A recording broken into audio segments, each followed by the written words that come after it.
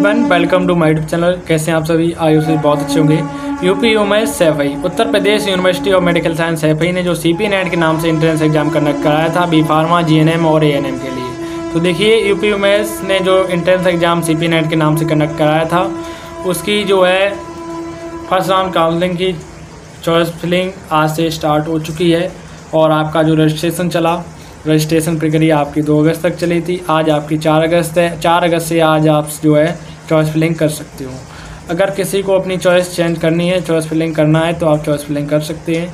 Choice filling करने के लिए आपको सिंपली यहाँ पर क्लिक एयर टू रजिस्ट्रेशन वाले पर क्लिक करना है और अपने आईडी पासवर्ड से अपने पेज पर लॉगिन हो जाना है। ठीक है, लॉगिन होने के बाद आप जो है यहाँ पर देख सकते हैं आज आपकी जो है 4 अगस्त से चॉइस फिलिंग स्टार्ट होने वाली है। ठीक है, तो अभी नहीं हो रही होगी, शाम तक हो सकता है आपकी स्टार्ट हो जाए। ठीक है, अभी साइड पे काम चल रहा है। चॉइस फिलिंग आप जो है आज और कल आपके पास 2 ही दिन का मौका है, आप 2 दिन चॉइस फिलिंग कर सकती हो।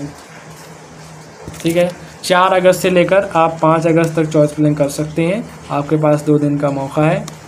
ठीक है, तो चॉइस फिलिंग यानी कि अगर आप बी फार्मा, जीएनएम और एएनएम जिसको भी ऊपर रखना चाहते हैं, जो भी आप अपनी चॉइस की प्रेफरेंस देंगे उसी के अकॉर्डिंग आपको जो है काउंसलिंग में सीट अलॉट होती है। मान लो किसी ने फर्स्ट पे जीएनएम भर दिया, ठीक है, सेकेंड पे बी फार्मा भर दिया और मैक्सिमम यही लोग भरते हैं, और थर्ड पे एएनएम। अगर कोई गर्ल कैंडिडेट है तो उसने एएनएम भी भर दिया। ठीक है, अगर आपकी रैंक जीएनएम के अनुसार है तो आपको जीएनएम मिल जाएगा। अगर नहीं है तो ये देखा जाएगा कि क्या आपकी रैंक बी फार्मा के अनुसार है। अगर वो भी नहीं है तो ये देखा जाएगा कि एएनएम के अनुसार है। तो इस प्रकार से आपको काउंसलिंग में कॉलेज और कोर्स अलॉट होता है। तो कॉलेज तो एक ही है अपना, यूपी में सैफई, तो कोर्स इस प्रकार से अलॉट होता है किसी भी राउंड काउंसलिंग में। ठीक है, तो इस प्रकार से आपको चॉइस फिलिंग अगर आपने पहले नहीं भरी है, पहले आपने भरी होगी लेकिन बी फार्मा ऊपर नीचे कर दिया या एएनएम ऊपर नीचे, जीएनएम ऊपर नीचे कर दिया, तो आप उसको करना चाहते हैं तो कर सकते हो लॉगिन करके। ठीक है, बाकी अपना जो सीट एलोकेशन है वो 7 अगस्त को देखने को मिलेगा। कॉलेज में एडमिशन के लिए आप 11 से लेकर 12 अगस्त तक जा सकती हैं। ठीक है, तो जैसा कि आपको बताया कि जिन्होंने रजिस्ट्रेशन कराया है उन्हें 10,000 की फ़ीस का पेमेंट करना रहेगा। तो 10,000 का पेमेंट करते हुए आपने रजिस्ट्रेशन करा, रजिस्ट्रेशन करने के बाद अब आप चॉइस फिलिंग कर सकते हो। ठीक, तो बाकी डिटेल में जानकारी आपको मैं एक वीडियो के माध्यम से प्रोवाइड करा चुका हूँ। चॉइस फिलिंग आपको किस प्रकार से करनी है, तो चॉइस फिलिंग में आपको देखिए स्मार्ट चॉइस फिलिंग करने का क्या तरीका रहता है। तो स्मार्ट चॉइस फिलिंग देखिए क्या होती है। स्मार्ट चॉइस फिलिंग ये होती है कि मान लो आपकी रैंक जो है ज़्यादा अच्छी नहीं है, आपकी रैंक 200 से ऊपर है, ठीक है, लेकिन आप जो है मैंने बताया है कि कितने नंबर तक कॉलेज अलॉट हो जाएगा। लेकिन सबसे पहले आपको चॉइस फिलिंग का तरीका बताने से पहले आपको बता दूं कि अगर आपकी रैंक 1 से लेकर 200 तक अगर अनरिजर्व की है तो आपको आराम से कोई ना कोई कोर्स मिल जाएगा। ठीक, वहीं बात करूं ईडब्ल्यूएस की, तो ईडब्ल्यूएस की अगर रैंक 1 से लेकर 230 भी है, 40 भी है तो आपको मिल जाएगा। वहीं ओबीसी की बात करूं तो ओबीसी की अगर रैंक 1 से लेकर 200 या 220 है, ठीक, तो आपको मिल सकेगा। ठीक है, इसी प्रकार से एससी की अगर बात करूं तो एससी की अगर 250 भी है तो आपको मिल जाएगा, 250 प्लस भी है तो भी मिल जाएगा। एसटी की बात करूं तो एसटी की भी रैंक अगर 300 तक है तो आप फर्स्ट राउंड में पार्टिसिपेट करिए। ठीक, अगर बात करूं कॉलेज मिलने की तो नंबर ऑफ़ सीट आपकी 170 है, जैसा कि आपको टोटल पता है। वहीं अगर कोई बॉयज़ कैंडिडेट है तो उसके लिए सीट जो रह जाती हैं वो 120, 60 आपकी बी फार्मा की, 60 जीएनएम की।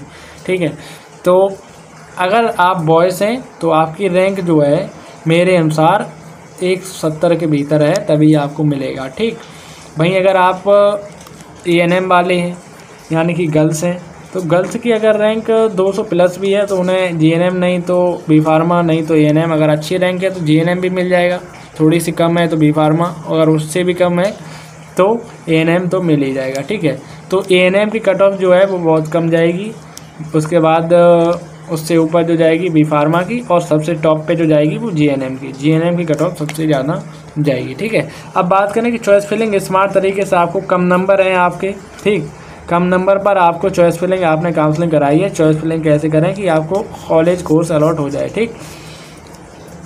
तो उसके लिए सबसे पहले आपको अपनी रैंक देखनी है भाई, हमारी रैंक कितनी है। मान लो किसी की रैंक 250 है, ठीक, उसको कॉलेज अलॉट हो जाता है, लेकिन कैसे, क्योंकि उसने स्मार्ट तरीके से काउंसलिंग करी होती है। लेकिन किसी की रैंक जो है 200 होती है, लेकिन उसको अलॉट नहीं होता, क्योंकि उसे स्मार्ट काउंसलिंग का तरीका नहीं पता होता है। तो आइए आपको स्मार्ट काउंसलिंग करना बताते हैं, ठीक है। स्मार्ट काउंसलिंग कैसे करनी है, स्मार्ट काउंसलिंग की चॉइस फिलिंग कैसे करनी है। काउंसलिंग रजिस्ट्रेशन तो वही रहता है, ठीक है। स्मार्ट होती है आपकी चॉइस फिलिंग। चॉइस फिलिंग में आपको देखिए सबसे पहले अपनी रैंक को देखना है। अब मान लो किसी की रैंक, जैसे कि मैंने बताया था अभी कि 250 है, तो आपने अपनी रैंक देख ली, नंबर ऑफ सीट 170 है, ठीक। तो आपको प्रेफरेंस में क्या करना है, चेंज करना है। अगर कोई फर्स्ट में GNM भरेगा तो उसको इतने पर मिलना लगभग असंभव है। तो आप फर्स्ट में GNM ना भर के, अगर आप लड़का हैं तो फर्स्ट में आप क्या भर देंगे, एक नंबर पे B फार्मा भर देंगे, जिससे क्या होगा, आपको आराम से B फार्मा तो अलॉट हो ही जाएगा। और सेकंड में आप GNM भर देना, क्योंकि फर्स्ट प्रेफरेंस ही देखी जाती है। अगर इसके अनुसार आपका रहा तो ये, अगर आप चाहते हो कि आपको B फार्मा मिले तो आप B फार्मा भरना। अगर आप नहीं चाहते कि मैं भाई B फार्मा में एडमिशन नहीं लूँगा, तो आप सिर्फ जो है GNM भरें, ठीक है। और अगर कोई गर्ल कैंडिडेट है, उसने देखा कि भाई मुझे B फार्मा नहीं मिलता है, तो GNM भी नहीं मिलता है, तो भाई मुझे ANM मिल जाए, तो वो थर्ड पे जो है ANM डाल दो।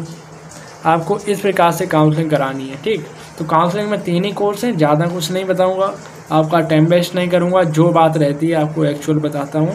और बाकी अगर आपका कोई और डाउट है कमेंट सेक्शन में पूछिए, मैक्सिमम मैं जो है कमेंट के जवाब देता हूं। और सीट मैट्रिक्स आपकी ये है, किस कैटेगरी में कितनी सीट है, तो वो भी यहाँ पे देखिए दी गई है। देखिए B pharma, GNM, ANM total 3 course हैं, 170 सीट हैं। और अनरिजर्व में जो है 68 सीटें हैं, EWS की 17 सीटें हैं, OBC की 48 और OBC जो है W की 8 सीटें। इस प्रकार से हर कैटेगरी में अनरिजर्व W की भी देखिए यहाँ पे 12 सीटें हैं। इसी प्रकार से AWS W की भी यहाँ पर 3 सीटें हैं। इस प्रकार से SC की 28 सीटें हैं और SC W की भी यहाँ पे 6 सीटें हैं और ST की टोटल 3 सीटें। ये आपकी अनरिजर्व ओपन ST में ही है, ठीक। इसके अतिरिक्त जो ST वाले या SC वाले कैंडिडेट हैं या OBC या IWS वाले हैं, तो अगर उनकी रैंक अच्छी है तो अनरिजर्व वाली सीट भी ले सकते हैं, ठीक है। तो जैसा कि आपको पता है कि अनरिजर्व कैंडिडेट की कट ऑफ ज़्यादा जाती है, किस वजह से जाती है, यही जाती है क्योंकि अनरिजर्व वाले पे EWS वाला भी फाइट करता है, OBC वाला भी, ST वाला, SC वाला भी, ठीक। लेकिन जो किसी कैटेगरी की रिजर्व सीटें हैं उस पर सिर्फ वही कैटेगरी वाला फाइट करेगा, ठीक।